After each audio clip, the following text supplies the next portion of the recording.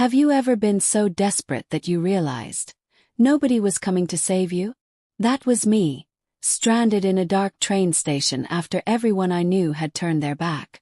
But that night, when I thought I'd hit the lowest point of my life, a stranger sat beside me. And what she did next shamed everyone who ever said they cared about me. If you've ever felt forgotten, underestimated, or like the world couldn't care less, this story is for you. Hit that like button, subscribe for more stories of justice, karma, and redemption, and let's dive into a night that changed how I see people forever. Detail of that night. The rhythmic clatter of the train wheels. The faint smell of burnt coffee from the buffet car. The announcement echoing overhead. This service is delayed due to a signal failure. My heart sank. Because this wasn't just any delay. It was the one that could leave me stranded 2 hours from home, with no way back. I was 22, broke, and exhausted after a long day in London. I'd scraped together enough for the cheapest train ticket, the last connection of the night. Missing it meant shelling out money I didn't have for a hotel. Or worse, sleeping in a freezing train station. I texted my family. Trains delayed. Might miss the connection. No reply. That tiny gray checkmark on my screen hit harder than it should have.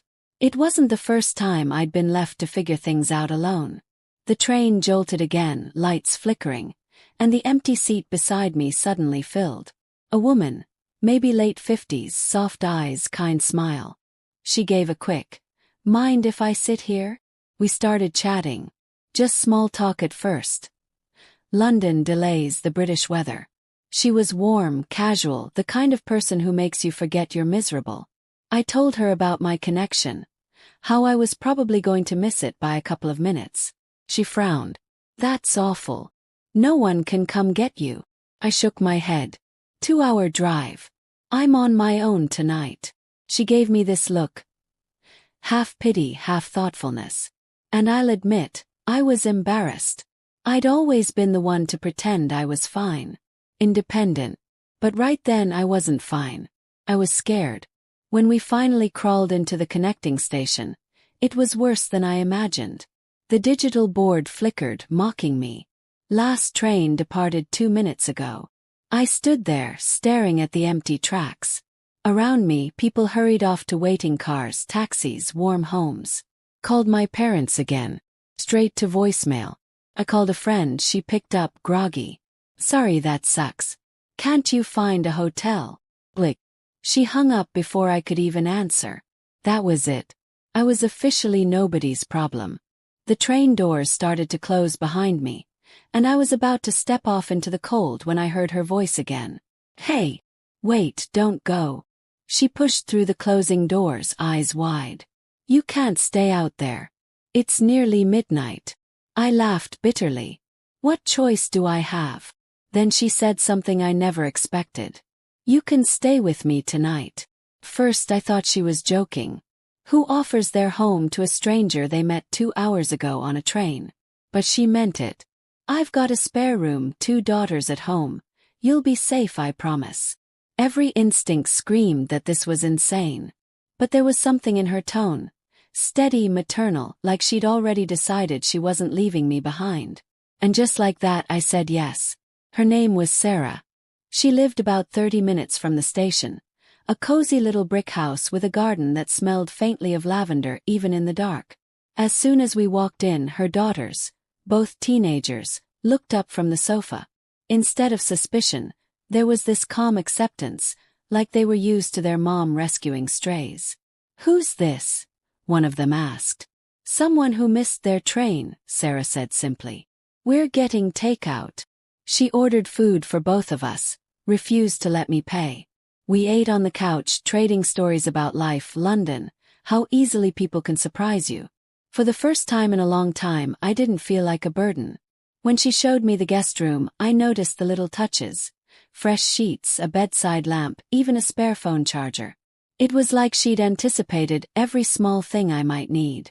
I lay awake that night, staring at the ceiling, wondering how someone who owed me nothing could care so deeply when people who claimed to love me didn't lift a finger. That's when it hit me. Kindness is a form of quiet revenge. against a world that tells you to stop caring, against everyone who's ever made you feel small for needing help. 4. The payoff. Karma's mirror. 8 to 11:30. The next morning, Sarah woke me up with coffee already brewing. "Come on," she said cheerfully. "Let's get you home." She drove me back to the station herself. 30 minutes each way, no complaint, no hesitation. I offered to pay for gas. She just laughed. "You'll help someone else one day. That's the deal." We stopped for coffee at the station, and as she pulled away, I watched her car disappear into traffic, still not believing she was real. When I finally got home, my phone was flooded with messages. "Did you make it? Sorry, I was asleep. You good?" The same people who ignored me when I needed help suddenly cared now that the crisis was over. I didn't reply. I didn't need to. Because that night on the train showed me something powerful. Revenge doesn't always mean hurting someone back. Sometimes it's living well enough to show the people who doubted you what real humanity looks like. A few months later, I was in the same situation, but this time I was the one who noticed a panicked young traveler on a delayed train. He looked how I must have looked that night. Lost, anxious, completely alone. So I offered to help.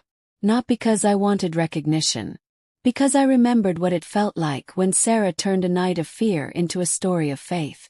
And in that moment I realized, the sweetest revenge is breaking the cycle of apathy. Sometimes life gives you villains who abandon you, and heroes who appear out of nowhere. Sarah will probably never know how deeply she changed me. But I'll never forget the lesson she taught me. Kindness is the quietest, most powerful justice of all. If this story gave you chills or reminded you of someone who restored your faith in people, hit that like button.